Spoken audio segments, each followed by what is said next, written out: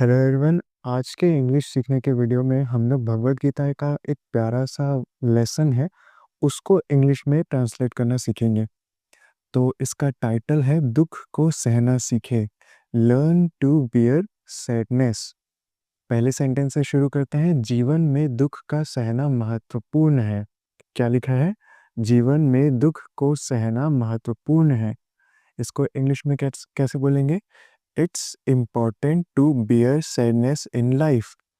It is, it's को हम लोग शॉर्टकट में लिखें। क्या है ये? It is important। महत्वपूर्ण को बोलते हैं important। सहना, सहना को इंग्लिश में हम लोग bear बोलते हैं। bear यानी भालू भी होता है, लेकिन इसको सहना भी इसका एक मीनिंग है। तो दुख, दुख को यहाँ पे हम लोगों ने लिखा sadness। तो ओवरऑल इंग्लिश ट्रांसलेशन क्या हुआ? It is important to bear sadness in life. जीवन में दुख को सहना महत्वपूर्ण है। आगे बढ़ते हैं। सुख के समय अहंकारी ना बने। कितना अच्छा चीज लिखा है कि सुख के समय अहंकारी ना बने। Don't be arrogant when you are happy. अहंकारी को हम लोग इंग्लिश में एरोगेंट बोलते हैं। तो यहाँ लिखा है डू नॉट बी एरोगेंट, मतलब एरोगेंट ना बने व्हेन, जब आप हैप्पी हो। व्हेन यू आर हैप्पी, सुख के समय अहंकारी ना बने। वैसे ही अगला है, और दुख आने पर निराश ना हो। क्या लिखा है? दुख आने पर निराश ना हो। एंड डोंट लूज होप, यानी निराश ना हो। और को एंड लिखे, डोंट लूज होप, निराश ना हो। कब? जब आप सैड हो। व्हेन यू आर सैड, जब आप दुखी हो। ठीक, आगे बढ़ते हैं। याद रखें, दुख हमेशा नहीं रहता। याद रखें को हम लोगों ने लिखा remember. Remember, sadness does not last for ever. दुख हमेशा नहीं रहता। दुख को सैडनेस लिखे, यहाँ पे देखे थे does not last for ever. Last यानी रहना होता है, और फॉर एवर मतलब हमेशा। हमेशा को इंग्लिश में क्या बोले? For ever. यह कुछ पल का होता है। क्या चीज की बात कर रहे हैं? दुख। दुख सिर्फ कुछ पल का होता है। तो इंग्लिश में क्या लिखे इसको? It's only for a while. वह, इट इज मतलब वह, ओनली केवल, केवल फॉर अ वाइल कुछ पल के लिए होता है। कुछ पल को इंग्लिश में हम लोग बोलते हैं वाइल। ठीक, यहाँ तक समझ आया? आगे बढ़ते हैं। और तो यहाँ तक हम लोगों ने देख लिया था।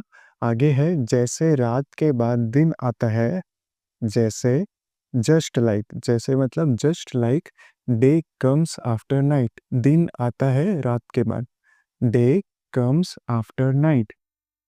इसलिए हर, इसलिए हर स्थिति में संतुलित रहना सीखें। इसलिए को हम लोग लिखे so, learn to stay balanced in every situation. Learn यानी सीखना हो गया। संतुलित को हम लोग इंग्लिश में बोलते हैं बैलेंस्ड। ठीक है, स्थिति, हर स्थिति को इंग्लिश में बोलते हैं, हर के लिए एवरी आया, स्थिति के लिए situation. So learn to stay balanced in every situation. और सकारात्मक सोच रखे। और सकारात्मक सोच रखे, क्योंकि इसका इंग्लिश में क्या होगा? And keep a positive mindset. And, और के लिए and, keep a positive mindset. Keep मतलब रखना, पॉजिटिव माइंडसेट यानी सकारात्मक सोच। फिर क्योंकि, क्योंकि के लिए आया बिकॉज। तो अगर यहाँ तक वीडियो से वैल्यू मिल रहा होगा तो चैनल सत्य इंग्लिश को सब्सक्राइब कर लेना। रोज एक नया वीडियो आता है शाम 7 बजे, जिससे कि आप हर दिन इंग्लिश सीख सकते हैं। तो आगे बढ़ते हैं। यह समय भी बीत जाएगा। This time will also pass. This time यानी यह समय, भी, विल ऑल्सो पास। पास मतलब चले जाना, पास यानी गुजर जाना।